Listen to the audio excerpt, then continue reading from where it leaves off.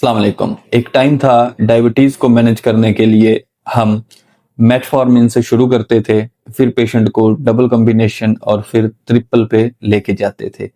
अगर इसके बावजूद पेशेंट ठीक नहीं हो रहा तो हम उसको इंसुलिन के ऊपर शिफ्ट कर देते थे। 2026 फरवरी 18 को नाइस ने अपनी न्यू गाइडलाइंस दी हैं, जिसके मुताबिक मेटफॉर्मिन और SGLT2 इनहिबिटर्स जो हैं, जिसमें ग्लिफलोजिन ड्रग्स हैं, ये अब फर्स्ट जो हमारी फर्स्ट लाइन ड्रग्स हैं तो उसमें इस्तेमाल होंगी। ये ना पेशेंट का वजन कम करेंगी, उसके साथ साथ उसको फालिज, हार्ट अटैक और गुर्दे जो उसके शुगर से खराब होने हैं उसको भी बचाएंगे। पिछले 3 साल के अंदर 17,000 लोगों की जान बचाई गई है, जिसमें उनको हार्ट अटैक, फालिज और किडनी फेलियर से यूके के अंदर बचाया गया है। तो नाइस ने अपनी टोटली जो गाइडलाइन है डायबिटीज की वो चेंज कर दी है।